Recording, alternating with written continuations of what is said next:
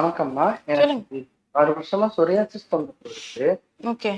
தலையில இருந்தது. இப்போ உடம்பு ஃபுல்லா ரொம்ப பரவ ஆரம்பிக்குதும்மா. கையில சரிங்க. ஃபுல்லா செதில் செதிலா கொட்டுது. ம். அரிப்பு ரொம்ப ஏற்படுதும்மா. நைட்டு தூங்குறப்பலாம் ரொம்ப சிரமமா இருக்கு. சரி, ஓகே. 6 வருஷமா உடம்பு ஃபுல்லாவே இருக்கா இப்போ? இப்ப 3 வருஷமாதாம்மா உடம்பு ஃபுல்லா ரொம்ப இருக்கு. சரிங்க. எங்க இருந்து பேசுறீங்க? மதுரையில இருந்து பேசுறேம்மா. சரி, ஓகே. ஏன்னா சோரியாசிஸ் வந்து முதல்ல ஒரு இடத்துல தான் ஸ்டார்ட் ஆகும். ஒரு இடத்துல தலையிலயோ, இல்ல கைகள்லயோ, இல்ல எக்ஸ்ட்ரிமிட்டீஸ்ல மடக்கக்கூடிய இடங்கள்ல, முழங்கால்ல, கால் கீழ, பாதத்துல இந்த மாரி ஒவ்வொரு இடத்துல ஆரம்பிக்கிறது தான் உடம்பு ஃபுல்லாவே கொஞ்சம் கொஞ்சமா வந்து பரவ ஆரம்பிக்கிறது.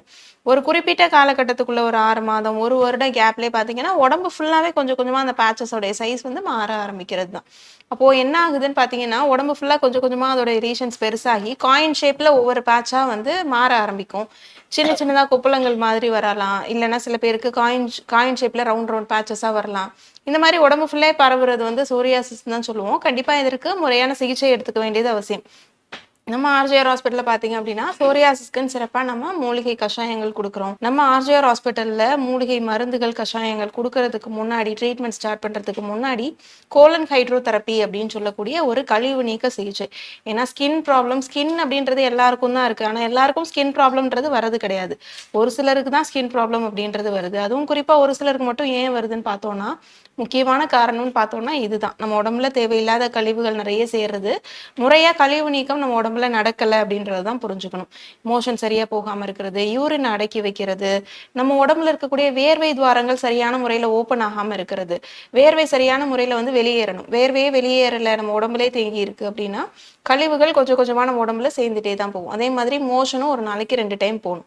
இருமலம், அருநீர் அப்படின்றது நம்ம சித்தர்களே சொல்லியிருக்காங்க. 2 டைமாவது மோஷன் போணும்.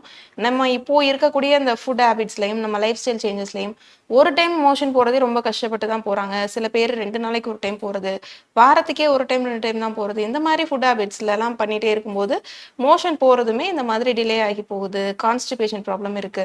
இந்த மாரி நாள்பட்ட தொந்தரவுகள் நம்ம உடம்புலயே இருந்துட்டே இருக்கும்போது, அங்க சேரக்கூடிய கழிவுகள் என்ன ஆகுது, நம்மளுடைய குடல் பகுதியில சேரக்கூடிய கழிவுகள், அதிலிருந்து வரக்கூடிய டாக்ஸின், அந்த கெட்ட நீர், அதோடைய கேஸ் வந்து என்ன பண்ணுதுன்னா, நம்ம ஃபுல் பாடியில இருக்கக்கூடிய பிளட்லயுமே கலக்க ஆரம்பிக்கும். நம்ம ஃபுல்லா அந்த பாடியில பித்தம் நல்லா கூட ஆரம்பிச்சு, கழிவு நீக்கம் அப்படின்றது முறையா நடக்காது. அதற்கான சிகிச்சை தான் கோலன் ஹைட்ரோ தெரப்பின்னு பண்ணக்கூடிய கழிவு நீக்க சிகிச்சை. எல்லா விதமான ஸ்கின் ப்ராப்ளம்க்குமே நம்ம ஆர்ஜிஆர் ஹாஸ்பிட்டல்ல அத குடுத்துட்டு, முறையான மருந்துகள் குடுக்கும்போது, அவங்களுக்கு 3 மாதத்திலே ஃபுல்லாவே சோரியாசிஸ் சரியாயிருக்கு.